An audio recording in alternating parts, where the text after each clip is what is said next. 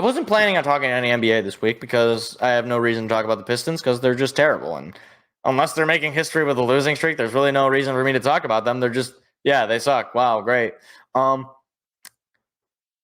Bucks fired their head coach. Now, you will remember on this very show, we talked about the hiring of Adrian Griffin. Seth, a Bucks fan himself, didn't really have much of an opinion. A bit whelmed by the hiring. But I got to tell you, I'm not a huge fan of firing a coach mid-season. I'm certainly not a big fan of firing a coach mid-season when it's his first year. Like, what? I saw the news. I could not believe that this was real. Like, it was one of those things. The team was 30-13.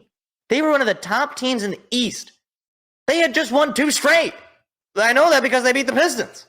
I don't even know what their win streak was. I know at least they won 2 straight.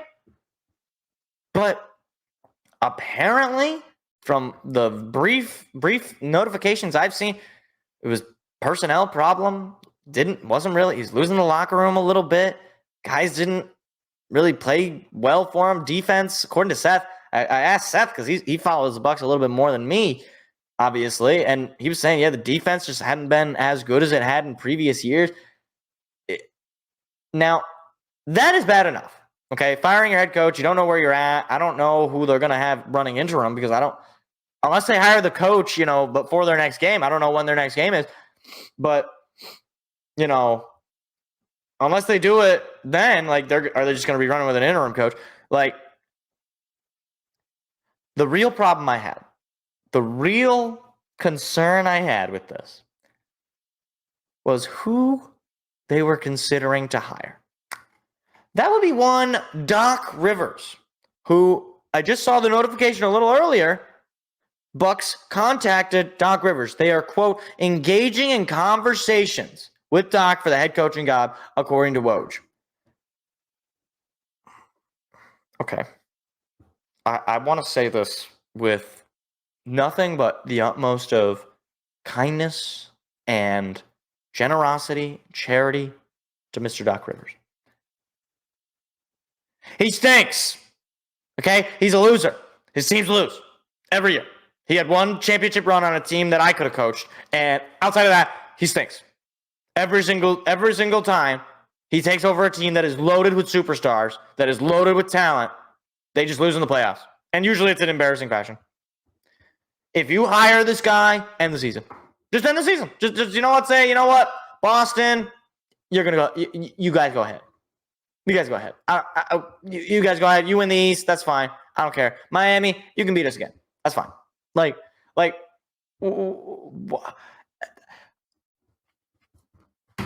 it make sense. Why would you hire Doc Rivers? I don't get it. Like, see, in the NFL, usually, this isn't always the case, but usually, when a coach loses, more often than he wins, right? When a coach consistently will lose in high leverage situations, say the playoffs, say the Super Bowl, say whatever, say late in the season, that coach gets fired and is never a head coach again. I think of Jim Caldwell. I think of Jim Schwartz. I think of basically a lot of Lions coaches. I think of, I'm trying to think of a few other examples. Regardless, there's many examples. Okay,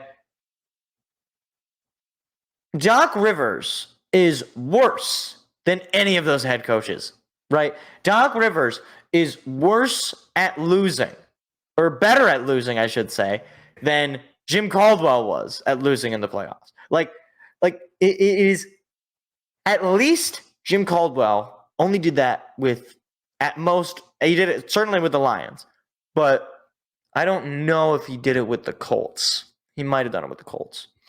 But at least that, Doc Rivers has not won a championship since the Pistons were in the conference championship.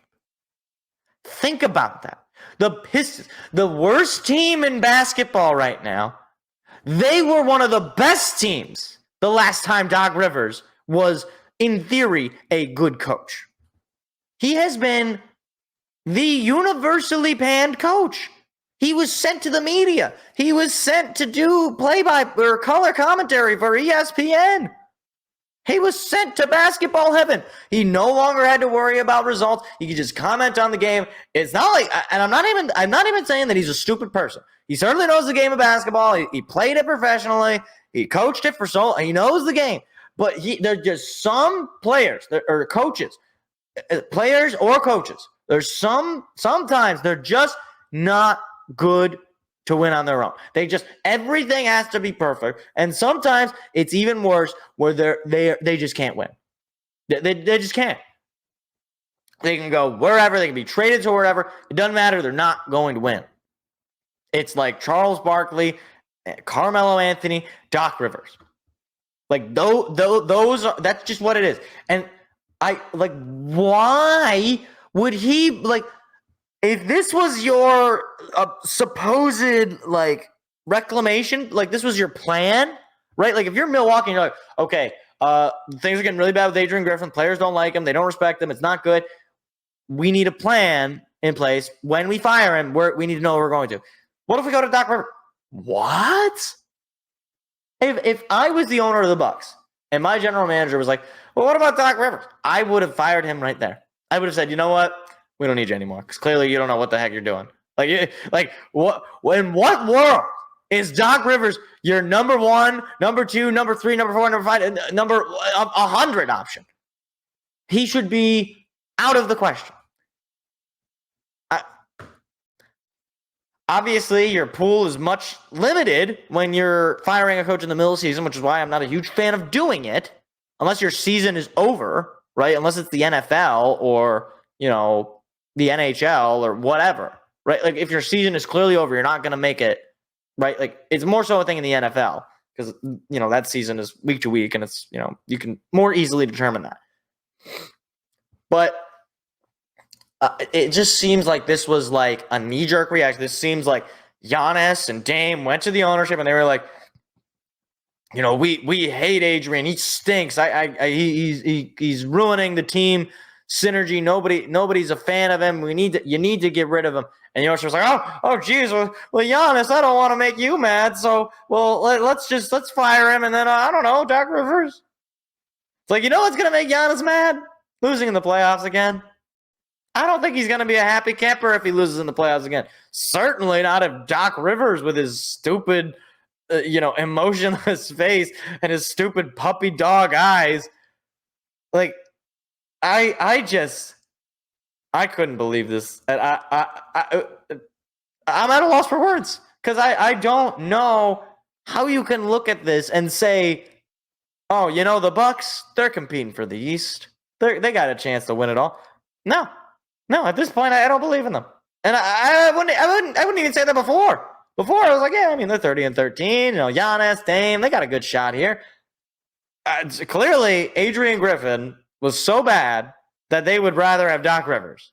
And be careful what you wish for, Milwaukee, because you just might get it.